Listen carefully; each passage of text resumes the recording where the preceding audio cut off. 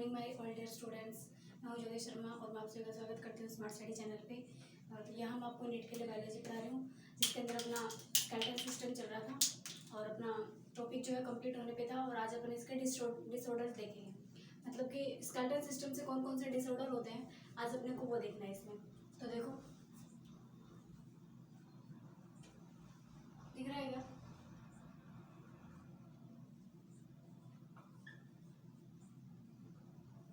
Skeletal system मैंने जब आपको शुरू क्लास किया था तब मैंने आपको बताया था स्केलेटल सिस्टम जो है वो कितने टाइप का होता है, वो 2 टाइप का होता है। कौन कौन सा? एक्सियल स्केलेटल सिस्टम, और दूसरा कौन सा?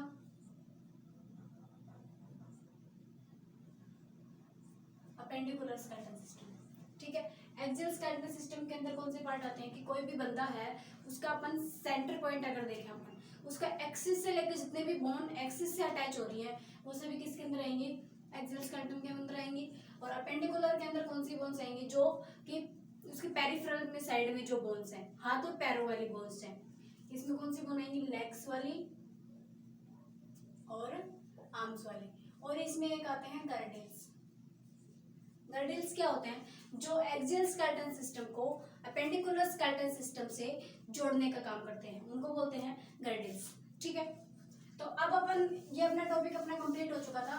इसके बाद हर टॉपिक के लास्ट में एनसीईआरटी में कुछ डिसऑर्डर दिए हुए हैं। वैसे एक टॉपिक स्पेशल भी है ह्यूमन हेल्थ एंड डिजीज का, उसके अंदर सारे डिसऑर्डर हैं, लेकिन अगर अपन टॉपिक के साथ साथ उसके डिसऑर्डर कंप्लीट कर ले तो हमारे लिए बहुत आसान हो जाता है। तो देखो, सबसे पहला डिसऑर्डर है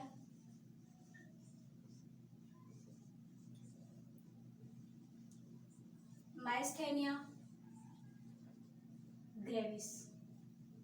ठीक है, सबसे पहले तो आप इसके अंदर एक बात ध्यान रखेंगे, फर्स्ट पॉइंट, ये एक ऑटो इम्यून डिजीज है।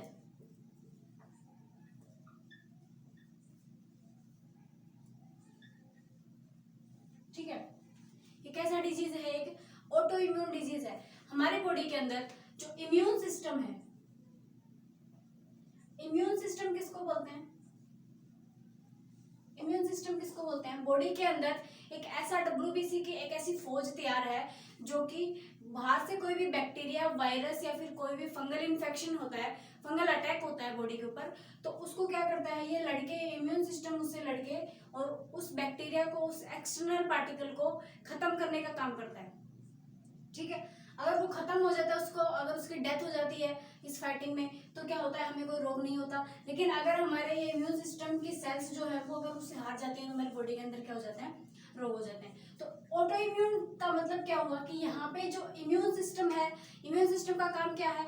जो बाहर वाले जो पार्टिकल हैं उनसे लड़ने का काम है। लेकिन जब ये डिजीज हो जाता है माइस्थेनिया ग्रेविस, इसके अंदर क्या होता है, जो अपना खुद का इम्यून सिस्टम है अपनी ही सेल्स को क्या करने लगता है? खत्म करने लगता है। कैसे? देखो, इसके अंदर क्या होता है, जैसे देखो मैं आपको बताऊं, इम्यून सिस्टम है, इम्यून सिस्टम क्या करता है? Protect body cell from external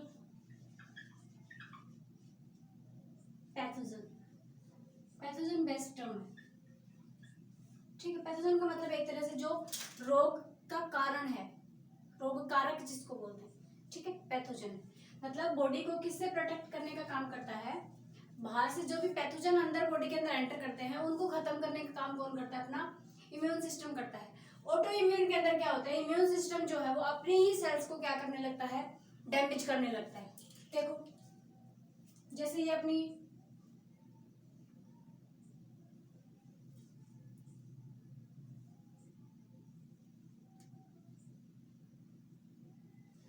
क्या है? मोटर न्यूरॉन है हमारा।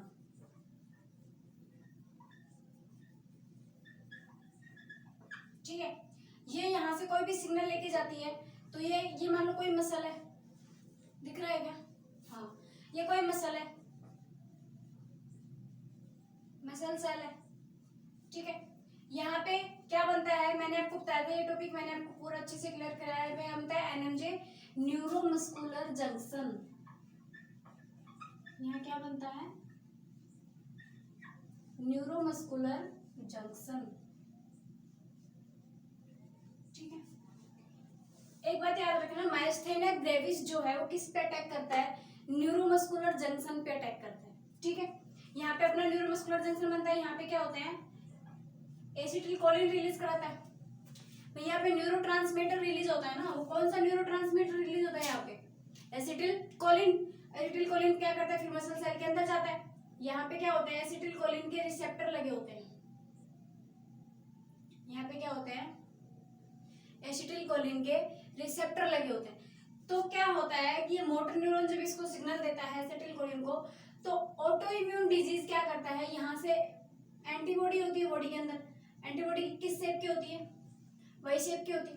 इसकी शेप चेंज हो जाती है, मान लो ये किसी और शेप की होगी, मान लो ये ऐसी होगी, ये यहाँ से ये आएगी ब्लड के थ्रू, और ये यहाँ से इसको जो एसिटिलकोलिन के रिसेप्टर्स हैं इनको क्या कर देगी? डिस्ट्रॉय कर देगी। जब ये इनको डिस्ट्रॉय कर देगी तो एसिटिलकोलिन सेल के अंदर नहीं जा पाएगा, है ना। जब सेल के अंदर नहीं जा पाएगा तो इसके अंदर मसल के अंदर कॉन्ट्रैक्शन नहीं होगा। समझ रहे हो मैं क्या बता रही हूँ? मैंने आपको बताया यहाँ से मोटर न्यूरॉन से सिग्नल आते हैं, है ना। ये यहाँ पे एसिटिलकोलिन रिलीज कराता है, ये एनएमजे बनता है, यहाँ पे न्यूरोमस्कुलर जंक्शन बनता है।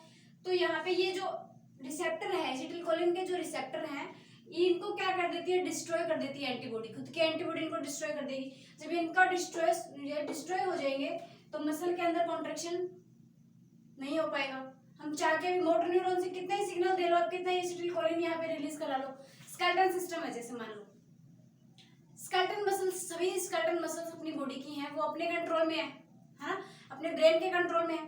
तो हम कोई बंदा है जिसके अंदर माइस्थेनिया ग्रेविस है उसको, और वो चाह रहा है कि वो अपना हाथ हिलाए लेकिन नहीं हिला पा रहा, क्योंकि उसके अंदर क्या हो गया?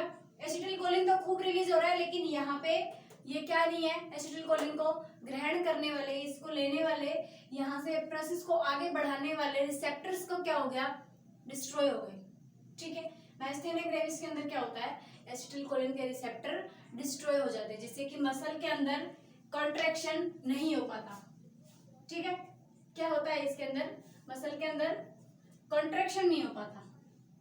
बॉडी, ये जो एंटीबॉडी है ये कैसी हो जाती है? अबनॉर्मल हो जाती है, इसकी शेप क्या हो जाती है? चेंज हो जाती है। पहला डिजीज खत्म हो गया, समझ में आया आपको? पहला डिजीज है माइस्थेनिया ग्रेविस। ये किससे संबंधित है? अपनी मसल सेल से संबंधित। ठीक, इसमें क्या होता है? ये एक तरह का ऑटो इम्यून डिजीज है। ऑटो इम्यून का मतलब क्या होता है? इम्यून सिस्टम अपनी ही सेल्स को, अपनी ही बॉडी की सेल्स को क्या करने लगता है? डैमेज करने लगता है। इम्यून सिस्टम क्या करता है? वैसे बाहर से कोई भी पैथोजन बॉडी के अंदर एंटर करता है उसको खत्म करने का काम करता है, लेकिन ऑटो इम्यून डिजीज के अंदर क्या होता है? अपनी ही सेल्स को मारने लगता है। तो ये तो खतरनाक है ना। तो ये यहाँ पे क्या होता है? जब मोटर न्यूरॉन से कोई भी सिग्नल आते हैं, ये किसको खत्म करेगा? माइस्थेनिया ग्रेविस के अंदर कौन खत्म हो रहा है? एसिटिलकोलिन के रिसेप्टर्स। ठीक है, किस पे रिएक्ट करता है? ये एनएमजे पर रिएक्ट करता है, न्यूरोमस्कुलर जंक्शन पे रिएक्ट करता है। ठीक है, और मसल सेल्स के अंदर कॉन्ट्रैक्शन को कम करा देता है। पहला डिजीज समझ में आया? चलो नेक्स्ट करते हैं।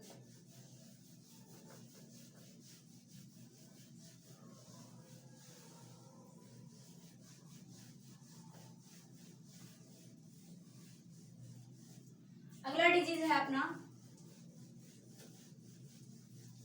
Muscular dystrophy. देखो,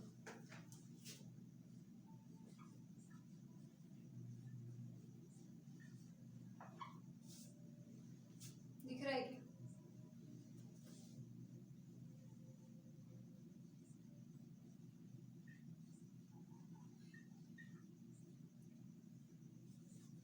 क्या है दूसरा डिजीज अपना?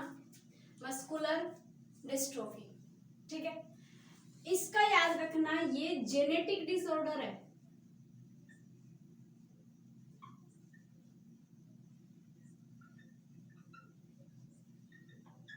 ये कैसा डिसऑर्डर है?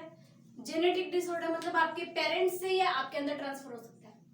ठीक है, मतलब पेरेंट्स से उसकी प्रोजेनी में ट्रांसफर होता है। कैसा डिसऑर्डर है?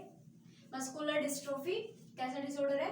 जेनेटिक डिसऑर्डर है, जो कि अपने पेरेंट्स से बच्चों के अंदर ट्रांसफर हो जाता है।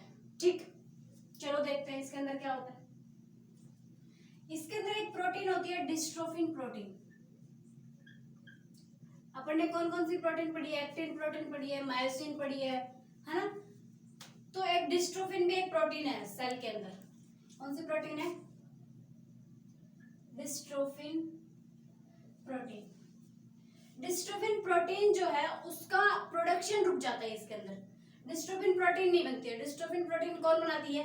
डिस्ट्रोफिन जीन बनाती है डिस्ट्रोफिन प्रोटीन। यहाँ पे क्या होता है? Dystrophin protein, dystrophin protein production stopped. क्या होता है? डिस्ट्रोफिन प्रोटीन का प्रोडक्शन क्या हो जाता है? स्टॉप हो जाता है। ठीक, जब किसी भी बॉडी के अंदर किसी भी प्रोटीन का क्या हो, अगर उसका प्रोडक्शन नहीं हो तो बॉडी के अंदर प्रॉब्लम्स तो आएंगी आएंगी। अब क्या प्रॉब्लम्स आती हैं वो देखते हैं। प्रोडक्शन बंद हो गया, किसकी वजह से? कौन प्रोड्यूस करती है इसको? डिस्ट्रोफिन जीन प्रोड्यूस कराती है इसको। तो डिस्ट्रोफिन जीन इज डैमेज्ड, इसमें डिस्ट्रोफिन जीन डैमेज हो जाती है। भाई मैंने क्या बताया? जेनेटिक डिसऑर्डर है, तो जेनेटिक डिसऑर्डर है तो किससे रिलेटेड होगा? जीन से रिलेटेड होगा ना। भाई जीन के अंदर चेंजमेंट आएगा तभी तो माँ बाप से जो लक्षण है वो बच्चे में जाएंगे। तो यहाँ पे कौन से जीन के अंदर परिवर्तन होगा? डिस्ट्रोफिन जीन के अंदर परिवर्तन होगा, जो कि क्या बनाती है? डिस्ट्रोफिन प्रोटीन बनाती है। ठीक है, इतनी बात क्लियर हुई। अगला पॉइंट देखो, ये डिस्ट्रोफिन जीन जो है ना, ये बॉडी का बिगेस्ट जीन है। क्या है ये? Biggest gene. बिगेस्ट जीन कौन है? Dystrophin protein.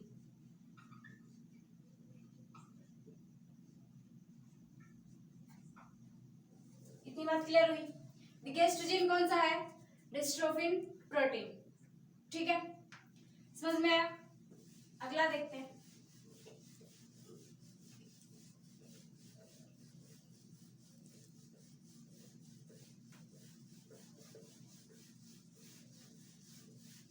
अगला है टिटनस। टिटनस को आप सभी जानते हो क्या होता है, फिर भी पढ़ लेते हैं थोड़ा सा।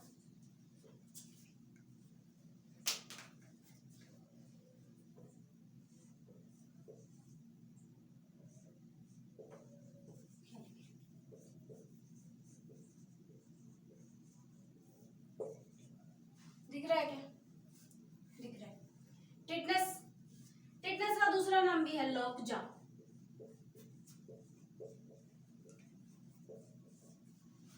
इसके अंदर अपने जो नीचे वाला जबड़ा है ना, ये यहाँ से लॉक हो जाता है। ठीक है, इसलिए टिटनस को बोलते हैं लॉकजा। ठीक, इसके अंदर क्या होता है देखो, ये किसकी वजह से होता है? ये बैक्टीरिया की वजह से होता है। कौन सा बैक्टीरिया है?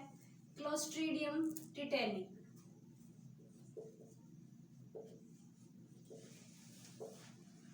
Clostridium tetani. ठीक है, कौन से बैक्टीरिया की वजह से होता है? ये क्लोस्ट्रीडियम टिटेनी की वजह से होता है। ठीक है, और इसका रीजन क्या है? By deep cuts. जो बॉडी के अंदर कोई कट लग जाए, गहरा कट लग जाए, है ना, तो मिट्टी विट्टी की वजह से, मिट्टी विट्टी घुस जाती है गहरा कट लगने की वजह से, तो जो उस मिट्टी के अंदर ये बैक्टीरिया प्रेजेंट होता है। क्लोस्ट्रीडियम टिटेनिस मिट्टी के अंदर प्रेजेंट होता है। ठीक है, तो कट लगने से बैक्टीरिया बॉडी के अंदर पहुंच जाता है ना। और इसका सबसे ज्यादा इफेक्ट इसका क्या आता है? जबड़े क्या हो जाते हैं? लॉक हो जाते हैं, है ना। चलो अगला पॉइंट देखें। और इसके अंदर एक टॉक्सिन बनता है। बैक्टीरिया है तो टॉक्सिन तो बनाएगा। कौन सा टॉक्सिन बनता है? टिटेनोस्पार्मिन।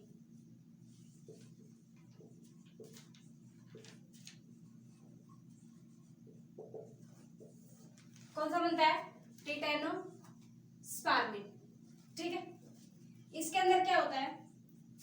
जैसे ये कोई मसल, ये कोई सेल है अपनी, न्यूरॉन सेल है, मोटर न्यूरॉन है, सिग्नल लाएगी, न्यूरोट्रांसमीटर रिलीज होगा।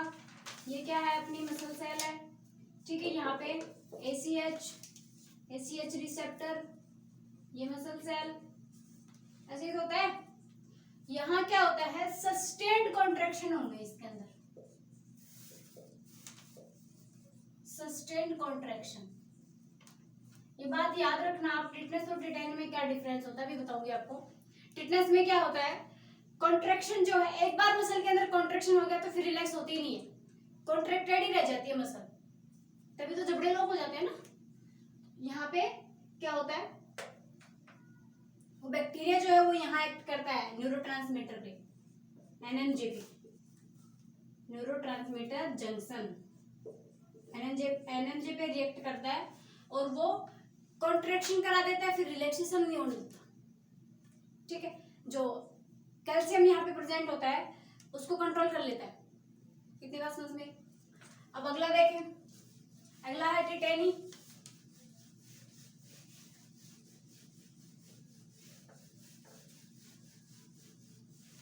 आज अपना ये टॉपिक कंप्लीट हो जाएगा, कल अपन एंडोक्राइन सिस्टम शुरू करेंगे और काफी फास्ट चलेंगे अपन। अभी एग्जाम बहुत अपना पास है, अपनी डेट अभी तक चेंज नहीं हुई है, वही है 1 अगस्त, और मान के चलो 1 अगस्त ही रहेगी।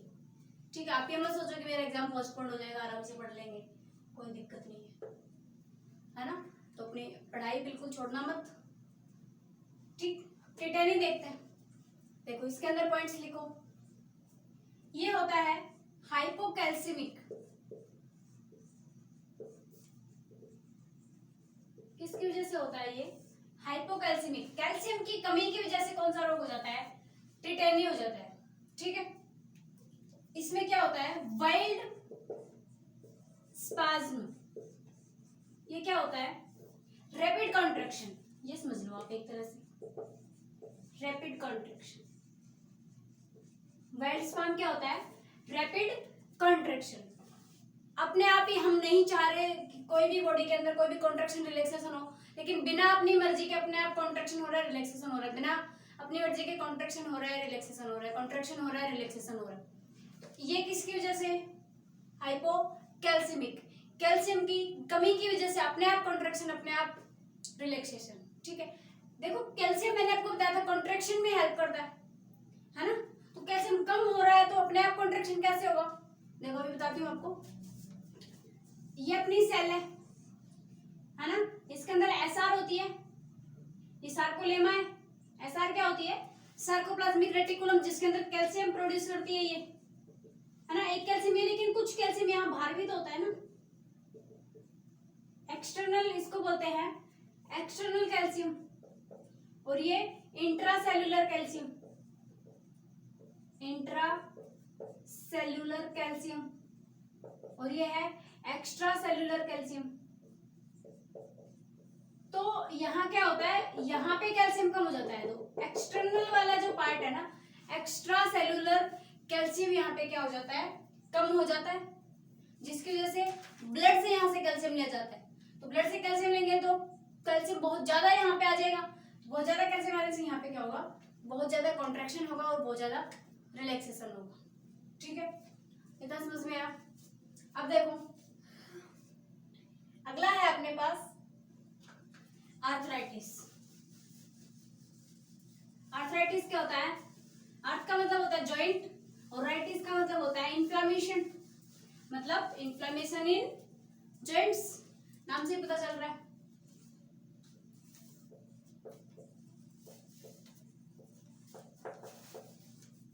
आर्थराइटिस, इन्फ्लामेशन इन जॉइंट्स, नहीं दिख रहा क्या, ये दिख रहा है,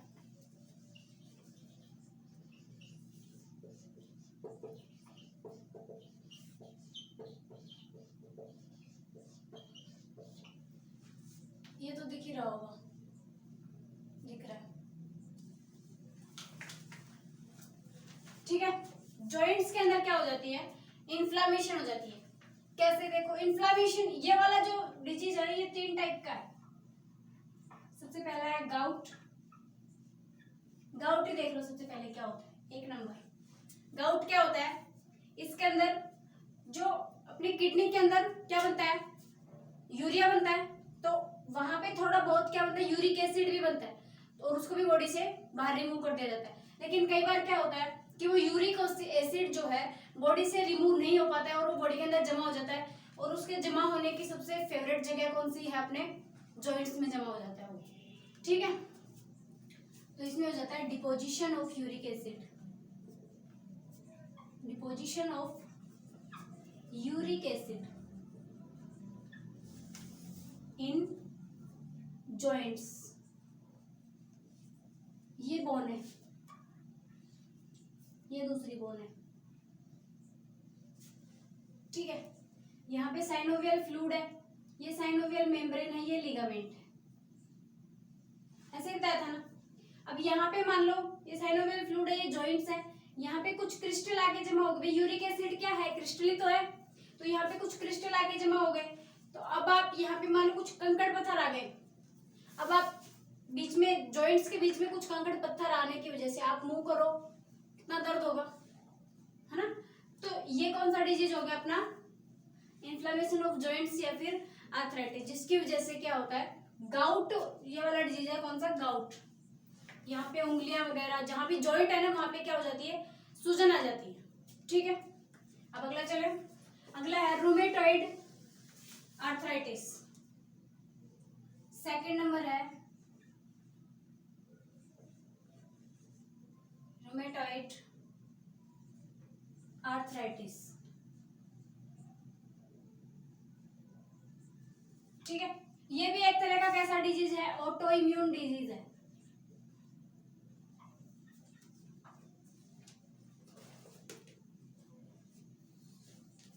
ये भी कैसा डिजीज है, ऑटो इम्यून डिजीज है। ठीक है, इसके अंदर क्या होता है, साइनोवियल मेम्ब्रेन जो है वो क्या हो जाती है, डैमेज हो जाती है, ये वाली। ठीक है, साइनोवियल मेम्ब्रेन डैमेज हो जाती है, जिसकी वजह से ये एक कुछ क्रिस्टल टाइप स्ट्रक्चर जो है, पार्टिकल्स क्या करती है, रिलीज करती है, जिसको बोलते हैं पेनस। ठीक है, ये भी कुछ पत्थर जैसे ही है, और ये क्या करते हैं, ये यहाँ पे चुभने लगते हैं। ठीक है, ये कैसा डिजीज है, ये ऑटो इम्यून डिजीज है, ये बात आप याद रखना, इसे बहुत बार क्यों सुनाता है। ये कैसा डिजीज है, ऑटो इम्यून डिजीज। ठीक है, अगला है ऑस्टियोआर्थराइटिस। अगला कौन सा है अपना,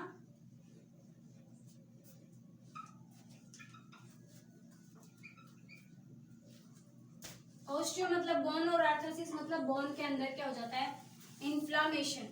इसमें क्या होता है, जो साइनोवियल फ्लूइड होता है ना, दोनों बोन्स के बीच में, जॉइंट्स के बीच में साइनोवियल फ्लूइड होता है, वो साइनोवियल फ्लूइड क्या है, कम हो जाता है। ये किसकी वजह से होता है, ये रोग होता है, ये ओल्ड एज। ठीक है, किसकी वजह से होता है, ये ओल्ड एज, जो बूढ़े लोग हो जाते हैं ना, उनके अंदर होता है ये रोग। क्यों होता है, क्योंकि उनका साइनोवियल फ्लूइड जो है वो क्या हो जाता है, कम हो जाता है। दोनों बोन्स के बीच में साइनोवियल फ्लूइड क्या करता है, लुब्रिकेशन का काम करता है, तो यहाँ पे लुब्रिकेशन क्या हो जाती है, कम हो जाती है।